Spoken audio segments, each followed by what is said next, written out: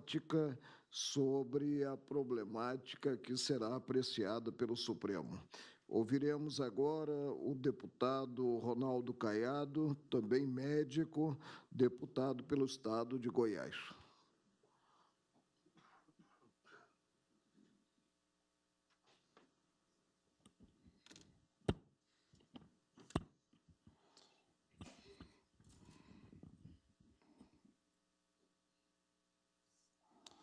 Excelentíssimo senhor ministro do Supremo Tribunal Federal, Marco Aurélio, subprocurador-geral da República, Dr. Odin Ferreira Brandão, senhores e senhora expositores, cumprimento também ao presidente da Associação Médica Brasileira que se faz presente, Dr. Florentino, presidente da FENAM, Federação Nacional dos Médicos, doutor Geraldo, aos demais presentes, senhores e senhoras. Senhor ministro, o deputado Mandetta teve a oportunidade de, ao expor o raciocínio sobre a tramitação dessa medida provisória e a criação do SUS e os seus 25 anos de existência, mostrar aqui pontos que todos nós, brasileiros, queremos e atuamos no sentido de cada vez mais, e com a função de médico que temos, melhorar e resgatar a saúde do povo brasileiro. O que nos impressiona é que nenhum desses temas ele foi discutido no Congresso Nacional. Por várias vezes, senhor ministro, nós, em audiências públicas, solicitávamos para que o senhor ministro dissesse com quem o convênio estava sendo feito. E ele, por várias vezes, repetia com a Espanha, com Portugal, com a Argentina, principalmente os países da Europa, onde hoje tem uma oportunidade enorme devido ao desemprego que reina por lá. E nós insistíamos na tese de saber se realmente procedia aquela informação que o ministro das Relações Exteriores, ministro patriota, havia dito e publicado na imprensa nacional que o Brasil receberia em torno de mais ou menos 6.000 médicos vindo de Cuba, porque as empreiteiras brasileiras haviam feito toda a expansão do Porto de Mariel e a construção de 2 aeroportos, e, como tal, a necessidade do pagamento daquilo que foi ali construído, já que o governo cubano não teria como ressarcir essas empresas.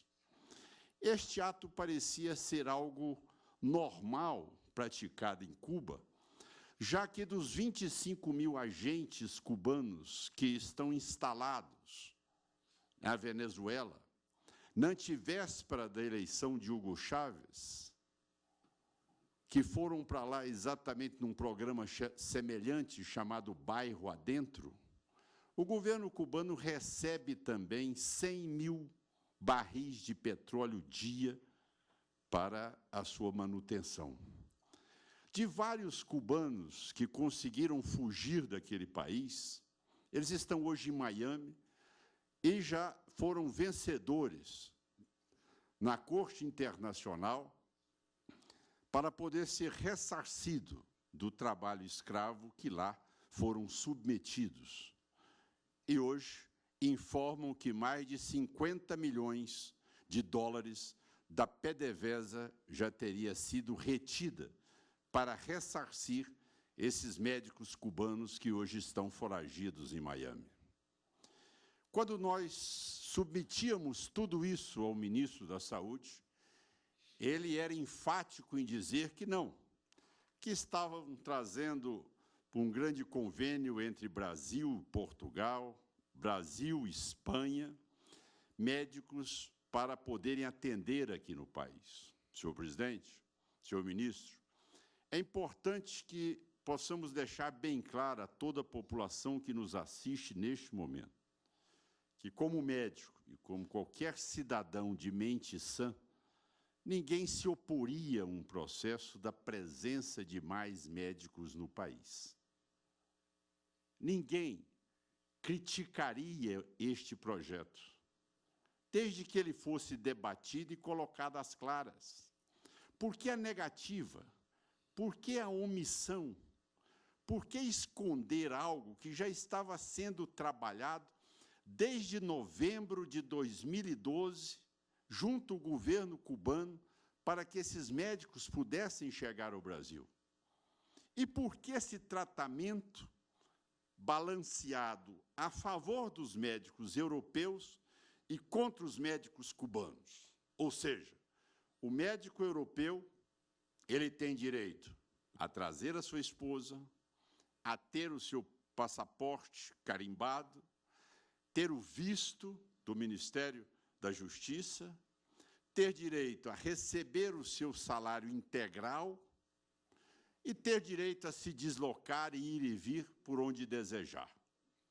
Ao médico cubano, ele não tem o visto em seu passaporte, ele não tem direito à escolha do local onde ele vai atender, e nós não sabemos até hoje o quanto ele vai receber dessa dita bolsa de R$10.000. Ou seja, como é que pode prevalecer a legislação cubana sobre o território nacional?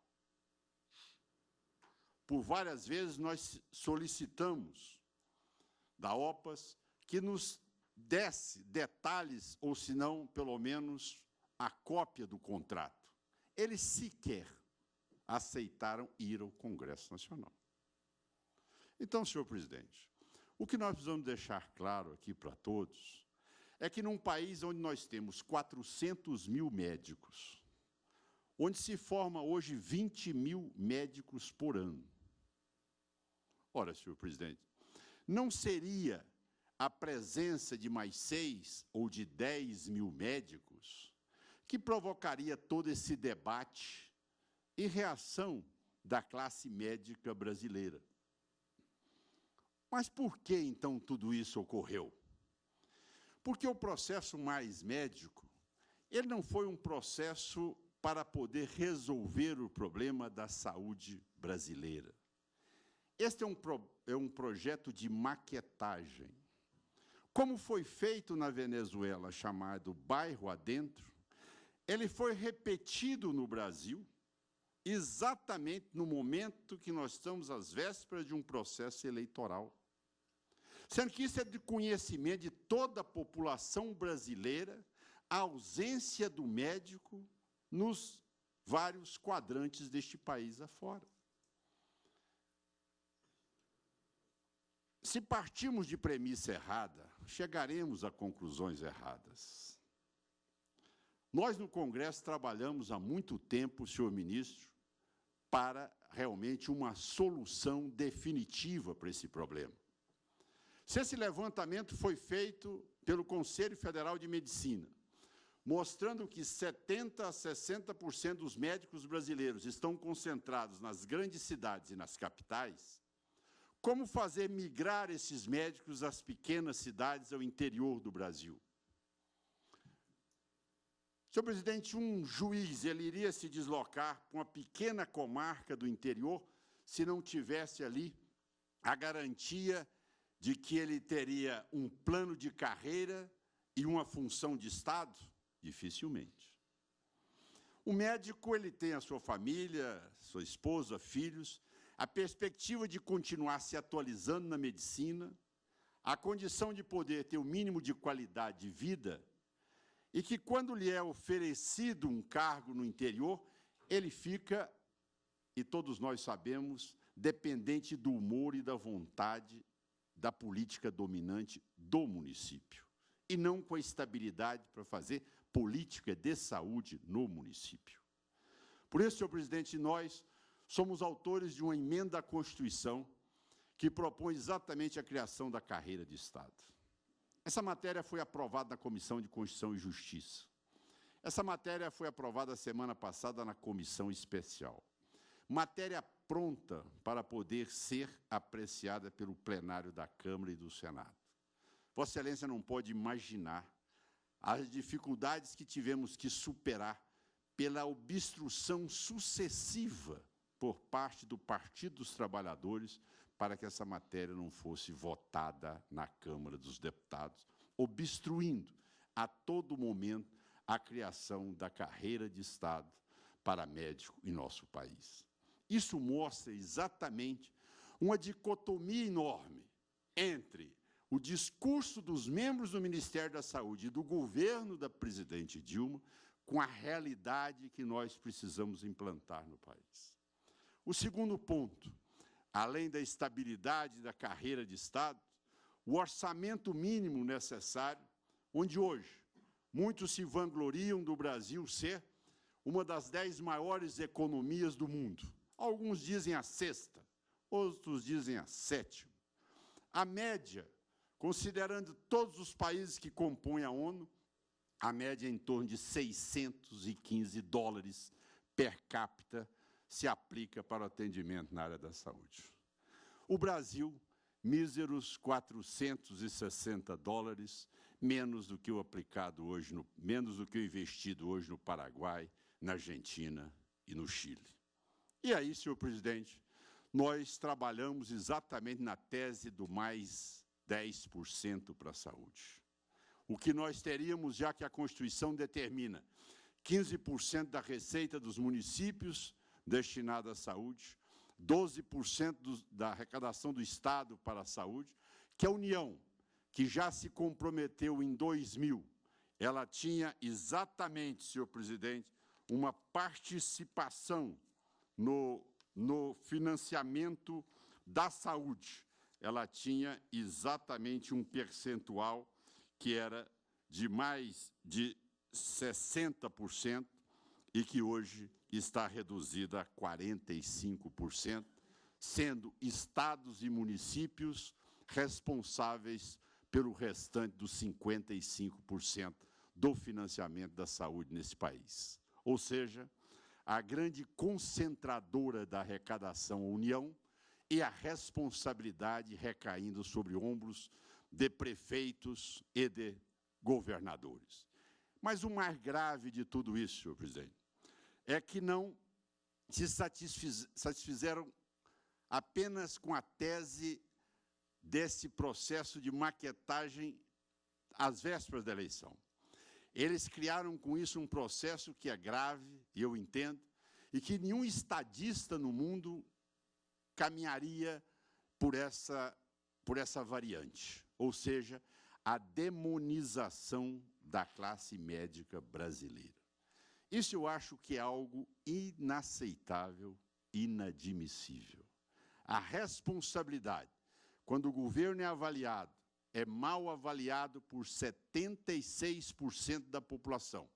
Na área da saúde, o governo tenta lavar as mãos e repassar toda essa responsabilidade à figura do médico, como sendo ele a pessoa que não estaria ali cumprindo corretamente as suas funções e muito menos arcando com a sua responsabilidade.